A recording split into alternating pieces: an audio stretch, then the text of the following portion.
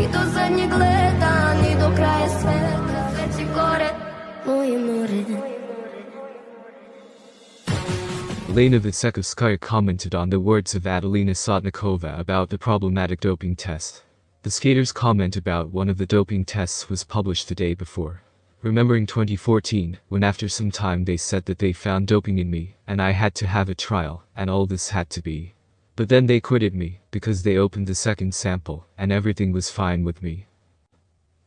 The only reasonable explanation that can be after the words of Adelina Sotnikova, that in 2014 she was found to have a positive doping test, which neither the leaders of the federation, nor Tatyana Tarasova, nor the personal trainer of the athlete Elena Bayanova, who took care of Adelina at that time almost around the clock, in my opinion, may be as follows.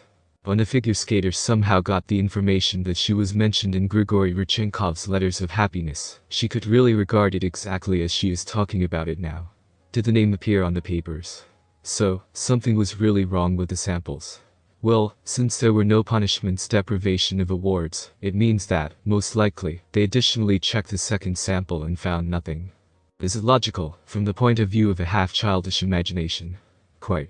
Well, or the second one remains, and also a purely childish option. Everyone has it. What do I have? No. Not the smartest way to attract attention, frankly. Wrote the journalist in the Telegram channel.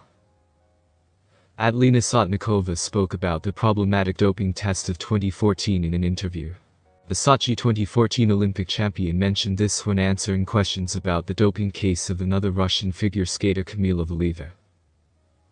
It seems to me that everyone saw perfectly what condition she was in, especially when she was already admitted and she entered the short program. Well, a 15-year-old child who entered the Olympics. She has every chance to take another gold, and hear from every side. Here is the media, here are some messages, comments. It is clear that she probably did not read all this, but nevertheless it is psychologically very difficult. What do you think?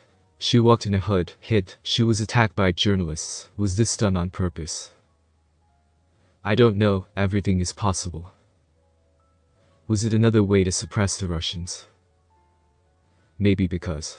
Even remembering 2014, when after some time they said that they found doping in me, and I had to have a trial, and all this had to be. But then they quitted me, because they opened the second sample, and everything was fine with me. And here is another story. I was terrified, I was depressed. Can you imagine? The child who competed has already taken gold in the team tournament, and she only needs to go out again and take the gold again, individual sports.ru, let's say. Of course, we have two more girls who performed, and there it was all unpredictable who would take it. But due to the fact that this whole story happened, I don't know how she, Valieva, just found the strength to get out. Sotnikova said in an interview on the Tatarka FM YouTube channel.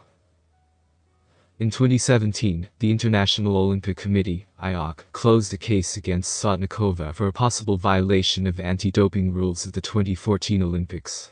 The reason for the proceedings was information about scratches on the test tube with a doping test of the figure skater. Adelina Sotnikova spoke about bias in the doping case of Kamila Valieva. During the 2022 Olympics in Beijing, it became known that Valieva passed a positive test for termetazidine. Despite this, she was allowed to compete, and the case itself is still pending in the Court of Arbitration for Sport, CAS. They even talked about the fact that she, Valieva, fell on purpose in personal competitions in order not to take gold. Do you think there was such a possibility? Of course not.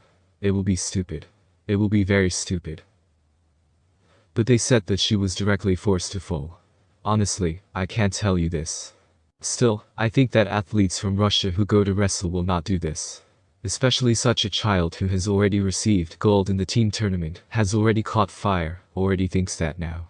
Well, imagine, you got it, and here you have one more opportunity to go out and do your best and get another one of the same gold. And after this story, when they began to write that they discovered doping.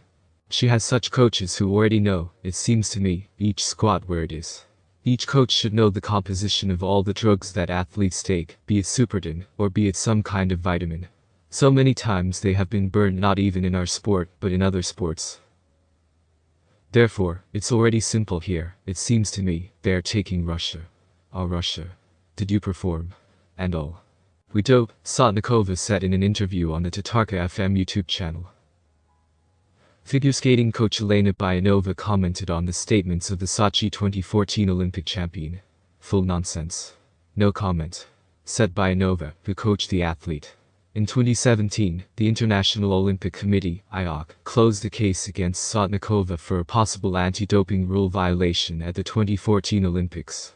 The reason for the proceedings was information about scratches on the test tube with the doping test of the figure skater.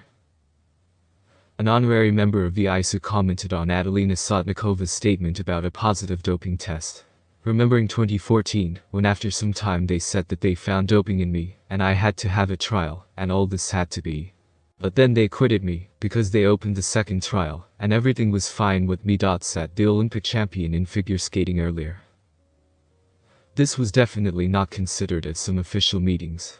This would not have passed by the ISU leadership, as you understand. So we can say that if there was a problem with the A doping test, then for sure all questions to the athlete were removed after the B sample, as she says. Otherwise, it would certainly become a subject of discussion. German Panov said.